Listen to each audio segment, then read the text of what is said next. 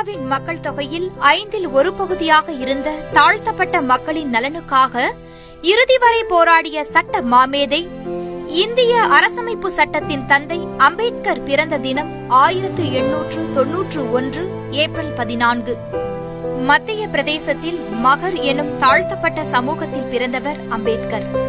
தீண்டாமை கொடுமையால் வாழக்கூட வழி தெரியாமல் தவித்துக் கொண்டிருந்த தாழ்த்தப்பட்ட மக்களில் ஒருவராக இருந்தாலும், சில நல்ல உள்ளங்களின் உதவியாலும் கடுமையான முயற்சியாலும் நியூயார்க்கின் கொலம்பியா பல்கலைக்கழகத்தில் பொருளாதாரத்தில் டாக்டர் பட்டம், பின்னர் லண்டனில் 1923 பாரிஸ்டர் பட்டமும் பெற்று இந்தியா திரும்பினார் அம்பேத்கர்.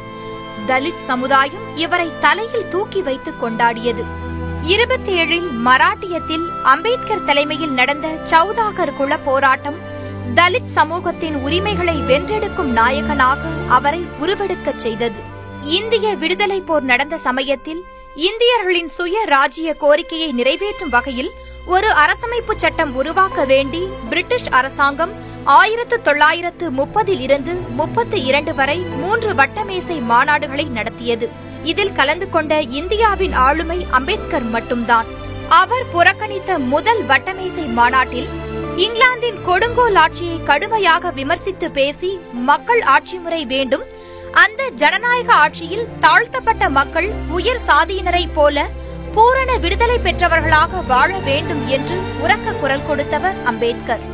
அங்கே அவர் முன்மொழிந்த வயது வந்தோருக்கு வாக்களிக்க உரிமை, தாழ்த்தப்பட்ட மக்கள் தங்கள் பிரதிநிதிகளை தாங்களே தேர்ந்தெடுக்கும் உரிமை போன்றவைகள் உலக பத்திரிகைகளின் கவனத்தை ஈர்த்தன. ஸ்பெக்டேட்டர் நாளேடு அம்பேத்கர் இந்திய தேசிய தலைவர்களில் தவிர்க்க முடியாத நபர் என புகழ் மாலை சூட்டியது. 2ஆம் வட்டமேசை மாநாட்டில் அம்பேத்கரின் கோரிக்கையை ஏற்று அப்போதைய பிரிட்டிஷ் பிரதமர் ராம்சே மெக்டொனால்ட் கம்யூனல் அவார்ட் எனும் வகுப்பு வாரி உரிமையை வழங்கினார். அது பிற சிறுபான்மையின சமுதாயத்தினரைப் போல தலித்களும் தங்கள் பிரதிநிதிகளை தாங்களே தேர்ந்தெடுக்கலாம் என்பதை. இதற்கு காங்கிரஸ் கடும் எதிர்ப்பு தெரிவித்தது. இது இந்துக்களிடையே பிளவை ஏற்படுத்தும், இதனை ரத்து செய்ய வேண்டும் என காந்தி சாகும் வரை உண்ணா நிலையில் இருக்கப் போவதாக அறிவித்தார். அம்பேத்கர் தன் முடிவில் உறுதியாக நின்றார். யரவாடா சிறையில் காந்தி மேற்கொண்ட உண்ணாவிரதத்தால் இந்தியாவில் தலித்களுக்கு எதிரான வன்முறை வெடித்தது. அம்பேத்கர் வேறு வழியின்றி சமரசத்திற்கு வந்தார். அதன்படி ஏற்பட்ட ஒப்பந்தம்தான் பூனா ஒப்பந்தம்.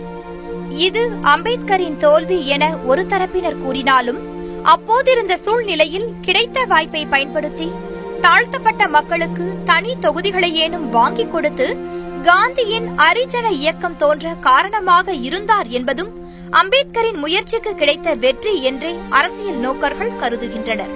தாழ்த்தப்பட்ட சமுதாயத்தில் பிறந்து இந்தியாவின் அரசமைப்பு சட்டத்தையே வடிவமைத்து தரும் நிலைக்கு உயர்ந்தாலும், கடைசி வரை கொண்ட கொள்கையில் உறுதியாக நின்ற சட்ட மாமேதை அம்பேத்கர் பிறந்த தினம் ஏப்ரல் 14.